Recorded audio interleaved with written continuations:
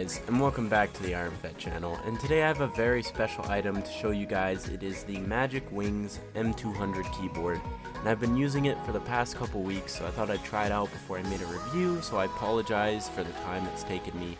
But yeah, I finally got a chance to make a video on it.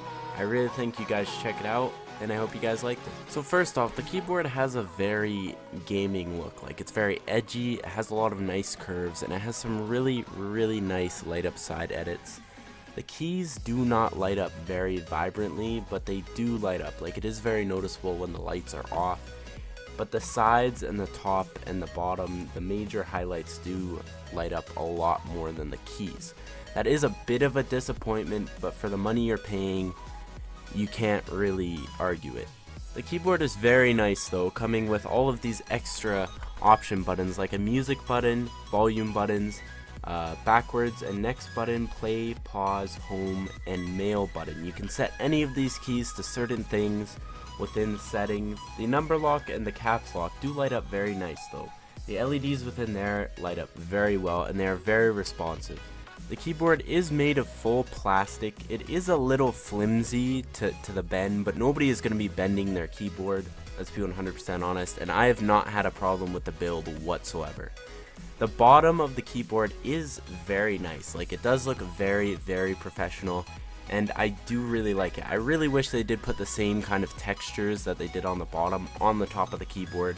Keyboard comes in a very low price of $25, or at least that's what I paid, and for what you get, it is very nice. Like, honestly, I spent overall under $50 for my mouse, my headset, and my keyboard, and this was all a very smart buy. I really like this keyboard. It does sound fairly mechanical.